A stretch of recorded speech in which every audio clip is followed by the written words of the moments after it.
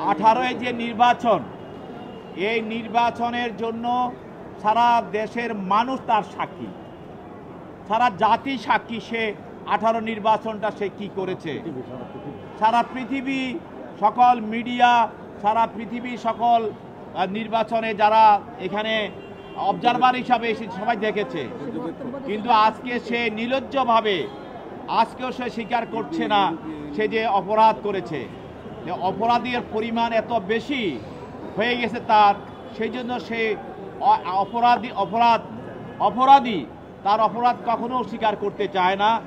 সে আজকেও তাকে দেখলে আমরা দেখলাম সে মনে হচ্ছে তাকে যদি এখনো বলা হয় যে আপনার একটি অবৈধ নির্বাচন করেন, সে দায়িত্ব নিতে বোধহয় রাজি আছে।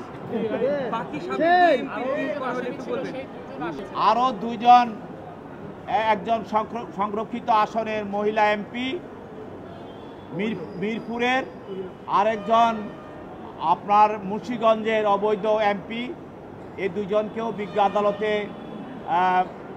তদন্তকারী কর্মকর্তা তাদের গ্রেপ্তার করে, তারা এজাহারনামী আসামি, একজন আবার তারা সন্দিগ্ধ আসামি, তাকে আদালতে প্রেরণ করা হয়। তাদের পক্ষে তাদের আইনজীবীরা জামিন প্রার্থনা করে, তাদের জামিন নামঞ্জুর করে তাদেরকে জেল হাজতে প্রেরণ করা হয়।